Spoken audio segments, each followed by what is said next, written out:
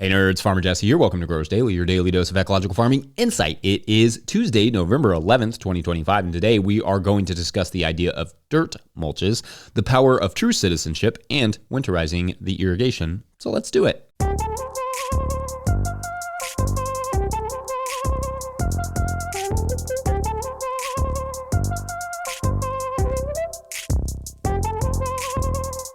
All right, everyone, welcome to Till Tuesday. Every Tuesday is brought to you by our friends at Till Soil, and it's officially their pre-sale season for 2026.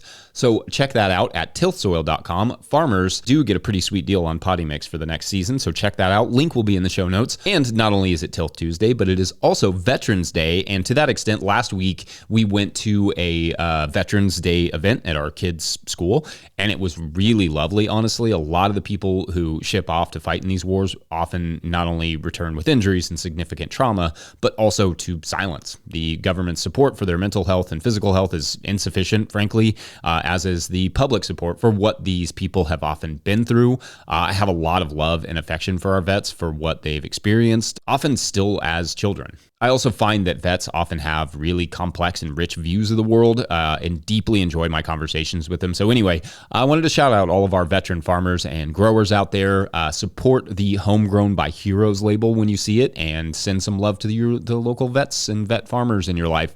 I'm not sure which are the best vet farming programs out there, but there are a few, and feel free to drop those in the comments section for people to help support. Also, unrelated, keep your 20-second farm video clips coming, and if you have a good farm-to-table recipe that you are rocking this season and want to share it, you can also send that for our November challenge. Send those 20-second video clips to farmermike@notillgrowers.com. Okay, changing gears almost entirely, let's talk about dirt mulch. What is it, and is it actually an it? Like, is it a thing at all? I guess for starters, what even is dirt mulch? Like, what am I talking about? Most people who have worked on a tillage farm know this term, dirt mulch, or at least they have seen it in action. What it is not is bringing in dirt and mulching over top of beds with it. That would be a wild thing to do. Instead, the idea is that when you cultivate the surface of a bed or around a crop with a hoe or a similar tool in a tillage operation, the act of cultivating breaks up the soil surface, and it breaks up the soil surface compaction and creates a little layer of dirt on top, or a dirt mulch, sometimes referred to as a dust mulch. The idea is that by cultivating the surface, one cuts off the wicking effect of the soil, where the soil is just allowing moisture to escape when it's in that sort of hardened state. But as the idea goes, if you cultivate it, then you stop that wicking effect. And to a very small extent, that is somewhat true, depending on the soil type, the soil moisture, the region, etc. But according to studies, the moisture retention is relatively negligible in almost every instance. Moreover, when we go through what all mulches do for the soil, dirt mulches don't really do any of them. Retain moisture? Not really. Protect the soil from eroding? No, not at all. And maybe even the opposite. Keep the soil cool and or moderate the temperature?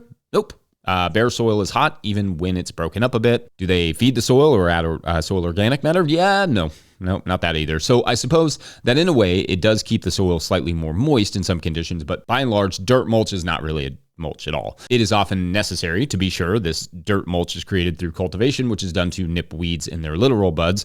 But I think that the dirt mulch concept is often used to ascribe more meaning and importance to the practice of basic cultivation than the science seems to bear out.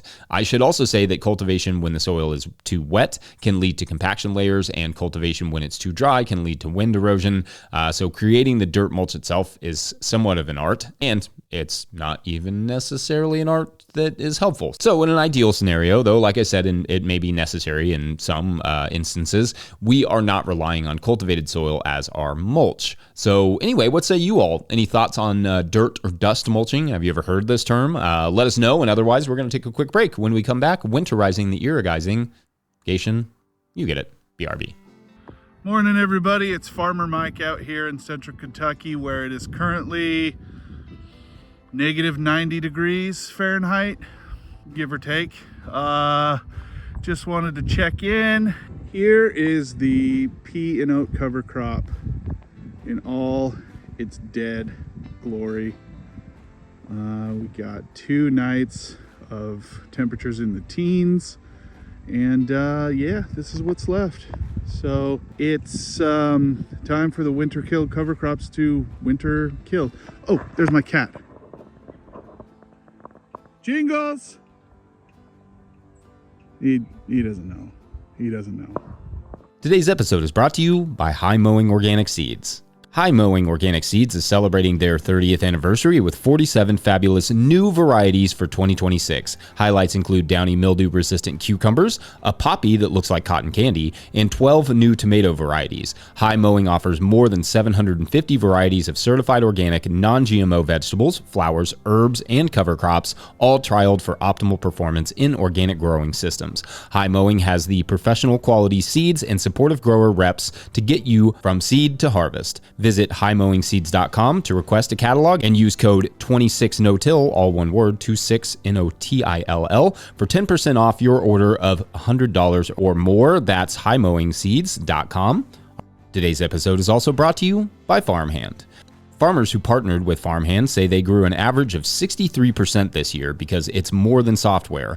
Farmhand is your business coach and assistant, helping to sell out, save time, and grow smarter with real data from real farms, shaping websites that convert, campaigns that sell, and fulfillment systems that run smoothly. Curious what that looks like? Meet the founder, Ari, at farmhand.partners/no-till and see the same insights and support the fastest growing farms rely on every week. That's farmhand.partners/no-till.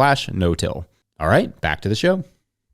If you, the listener or viewer, are enjoying this podcast, getting even a small amount of value from it, consider supporting our work over at patreon.com/no-till-growers. I will try to get to questions from everywhere the questions come in, but I will always get to your Patreon questions. Now, today's Patreon question comes to us from Patreon member Rob Hazel, who writes, quote, "Hello, Jesse. I have a question for Farmer Frost about the farm and frost. I installed drip irrigation this season on a plot of 12 30-foot beds of nightshades and other crops sensitive to or unsuitable for overhead watering. The plot slopes away from the water source and uses 3/4 inch black mainline poly and 3/8 inch drip tape. I am removing all of the drip tape to be stored for the winter. My question is, do I need to disassemble all the mainline hoses, couplers, tees, etc., and remove them from the field for inside storage, or can I leave them in the field over the winter? I would be able to drain everything because of the slope. I am in Zone 7B, Eastern Maryland, and we usually have a short period during each winter when night temps are in the teens Fahrenheit. Thanks for all you do," end quote. All right, thanks, Rob. This is a good question, and an important and timely topic, no less, for some of you right now, as we are definitely headed into the winter time. I think it is like 25 degrees outside right now, which is frozen. Yeah, it's frozen outside. On that thread, Patreon member Tom Welsh had recommended that Rob disconnect the pipe from the water source and attach an air compressor to eliminate any water remaining in the pipe. Tom said they commonly do this winterization process for irrigation systems to prevent freeze damage. And I think that's actually a really good idea. So I hadn't thought of that. Good stuff there, Tom. Anyway, I don't generally think it's necessary to deconstruct every component unless there is any potential of it freezing and busting. And I suppose you can leave, those components in the field if they are not going to get stepped on or tripped over or smashed during the winter. Any hard plastic manifolds I may take up, but the mainline stuff is probably fine. Like, I have a timer with a little manifold that I have to drain every year because even a small amount of water in there will not bust the whole manifold, but seems to love to bust the end caps off, and means I have to replace the whole manifold. So I take those off and stand it up on its end to drain out, then store it in the shed or greenhouse somewhere out of the sun and out of my footsteps. We always have a drain on the, like a drain spout on the low end of our main line. Then we will lay our hoses out too, down the hill to let those run out. But that's the benefit of, like, you being on a slope. We got gravity on our side here, so that's nice. I also open up any spigots I can down the line just to allow for any excess water to have room to expand if it's still in there and hiding. And for the hoses, even those we don't necessarily plan to use over the winter are drained and stored so that we can just use those as needed on warm days. Also, any spraying heads, nozzles, or any of that stuff is cleaned and drained and set somewhere it can fully just kind of stay dry. There is not a lot to it for us, really, but I always like to take this time to not only make sure all the water is out, but to go ahead and start organizing the irrigation equipment, cataloging what I need for next season, fixing hoses, moving them to a safe place where I'm not going to trip over them. We also have like a high volume water filter that we will also have to disassemble and drain or it will bust. So that's fun and expensive. So it really starts at the spigot and we work our way all the way through the system. Sometimes this is a great time to learn and possibly deal with some of the inefficiencies in your system and your irrigation. not having buried lines, for instance, or not having enough weed protection around various areas, all that sort of stuff. Anyway, I like Tom's advice there, so I'm going to second that and just say be thorough and think like water. It likes low points, so get rid of any low points that it may collect and then break apart your equipment like a jerk. And then, of course, think like a farmer in the snow. What might you inadvertently smash walking around in the winter? All right, great question, and feel free, commenters, to add your insights to the comments section. Up next, we will talk about the big effects of small, which will make sense in a minute, or not. Be right back. Today's episode is brought to you by Johnny's Selected Seeds. Johnny's Selected Seeds is a proud supporter of Growers Daily. At Johnny's, they do more than sell seeds. They grow them. They trial them to see how they perform on Johnny's research farm in Maine and across the U.S. and Canada. Only the best varieties are added to their catalog and website. When you need proven varieties you can count on and detailed guidance from seedling to harvest, consider Johnny's your trusted growing partner. JohnnySeeds.com. That's JohnnySeeds.com. Today's episode is also brought to you by Marble Seed. The Marble Seed Organic Farming Conference attracts a wide range of regenerative and organic farmers for 3 days of skill development and community building. Farmer Drew Kramer said, "Going to Marble Seed was so invigorating at a time when I needed it most. I picked up tools I'm already using." The conference is the final week in February in La Crosse, Wisconsin. Early registration opens December 4th at conference.marbleseed.org. That's conference.marbleseed.org. All right, back to the show. All right, so last week I did a segment that was on like what keeps me feeling positive, and after it went up, this Wendell quote popped into my head that I think about often. One, because what it says, but also two, because it's one of the most satisfying few sentences ever written. It's from an essay called "Some Thoughts on Citizenship and Conscience" in honor of Don Pratt, and it's out of a collection of essays entitled "The World Ending Fire," which I will link in the show notes.